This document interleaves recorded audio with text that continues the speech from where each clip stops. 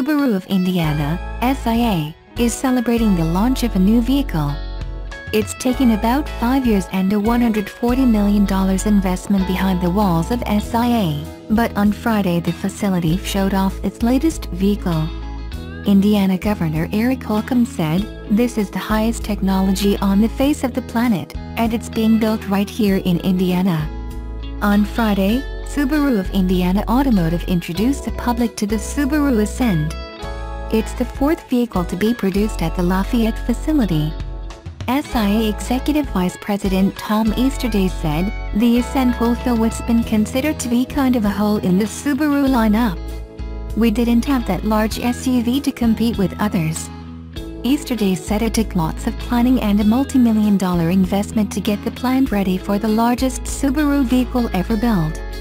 Easterday explained, "Part of that $140 million investment was to put new carriers into our trim and final line that were big enough for the Ascent production. We also had to make some other changes in our structure and facility to make sure that it was big enough."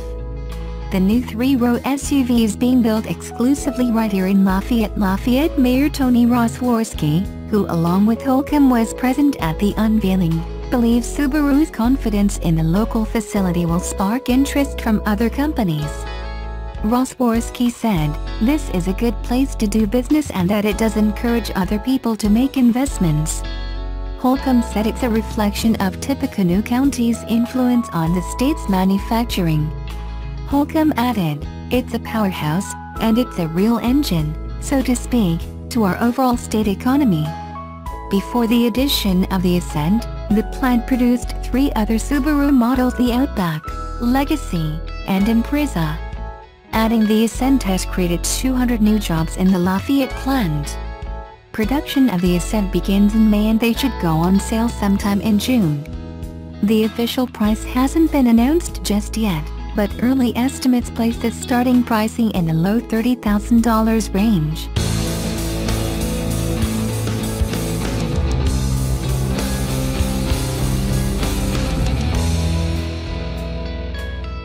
Electric cars in the $30,000 to $40,000 often range weren't on par with the Tesla Model 3, which led us to believe that those vehicles will have a tough time competing in the segment as the Model 3 becomes more widely available. But with Tesla's recent changes in the timeline for different and less expensive configurations, it has become clear that the Model 3 will not be available at a price point nowhere near $35,000 for almost the entire year, which could have a major impact in the EV market. Tesla received close to 500,000 reservations for the Model 3, which is impressive no matter how you look at it, but it's not clear how many are only buying the least expensive version starting at $35,000. A previous survey showed that the majority are actually budgeting closer to $50,000 for the Model 3. But it still leaves a significant number of Model 3 reservation holders counting on the $35,000 base price. In the US, some of them are even stretching their budget and counting on the $7,500 tax credit in order to buy the Model 3.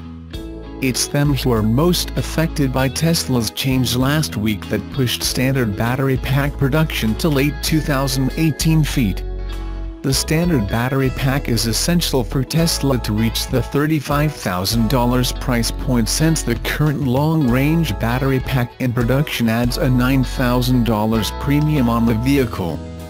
At the moment, it looks like no one buying a Model 3 with standard battery pack will have access to the full $7,500 tax credit, but they could still get a partial credit if there are no more delays, which is a big if. It opens the door to EVs like the Chevy Bolt EV, the Hyundai Ioniq EV, and especially the new Nissan Leaf, which is expected to be available in higher volumes. Nissan reportedly delayed several features that would have made the next-gen Leaf competitive with the Model 3 from the model year 2018 to 2019. but those features will come at a higher price, while the vehicle's current $30,000 starting price before the tax credit might start to look good against the current $49,000 starting price of the Model 3. Buyers will start asking themselves if the differences in range and features are worth the $19,000 price difference, or if the wait and losing the full tax credit is worth it. Let's take an informal poll for Model 3 reservation holders to see if it's the case. If the answer is yes, then what other electric car you think is the most attractive now that the Model 3 standard battery pack is delayed?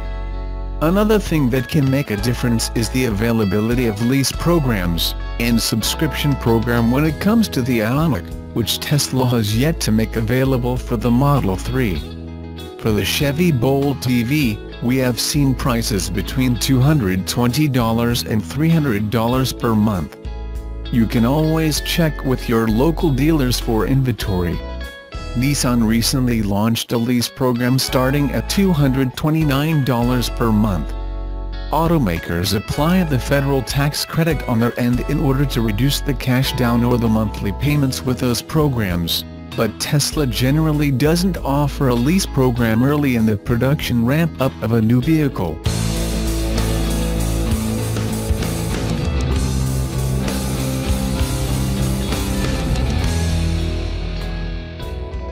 Global demand for the new generation Nissan Leaf means that New Zealand-bound cars are unlikely to arrive before the end of the first quarter in 2019. Nissan New Zealand Managing Director John Manley said, "We've just started the process for bringing the new Leaf to New Zealand, but due to the incredible 40,000 orders received for it already, we anticipate the car won't arrive until the end of the first quarter in 2019. Manley has recently returned from the 3-day-long Nissan Futures event in Singapore, where it was announced that the new Leaf will go on sale in 7 markets in Asia and Oceania during the next fiscal year.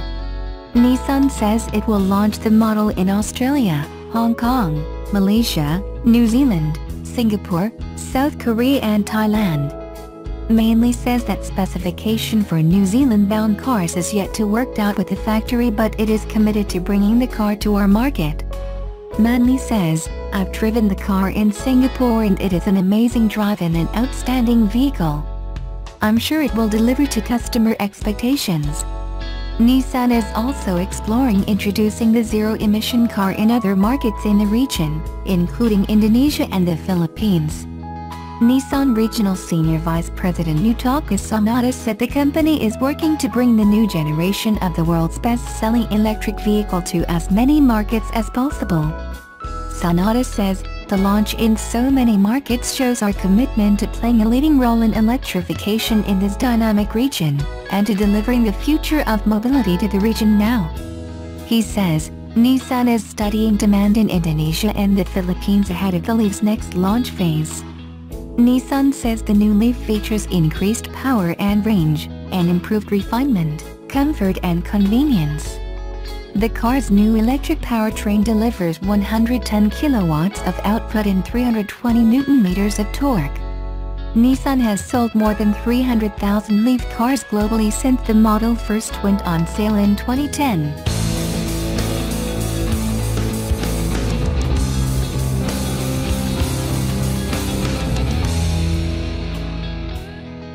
The Japanese brand Subaru is better known for its all-wheel drive system than for the size of its vehicles. This is likely to change with its new SUV, the 2019 Ascent, which will compete against the likes of the Chevrolet Traverse, Honda Pilot and Volkswagen Atlas.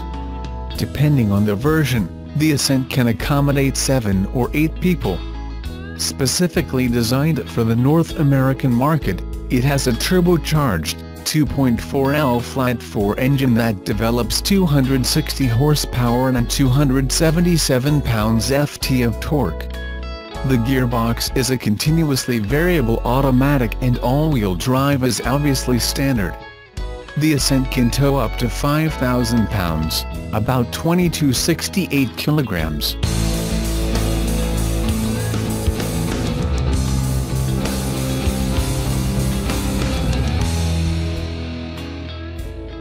Tesla has successfully managed to send a Roadster into space and it is headed to the asteroid belt right now.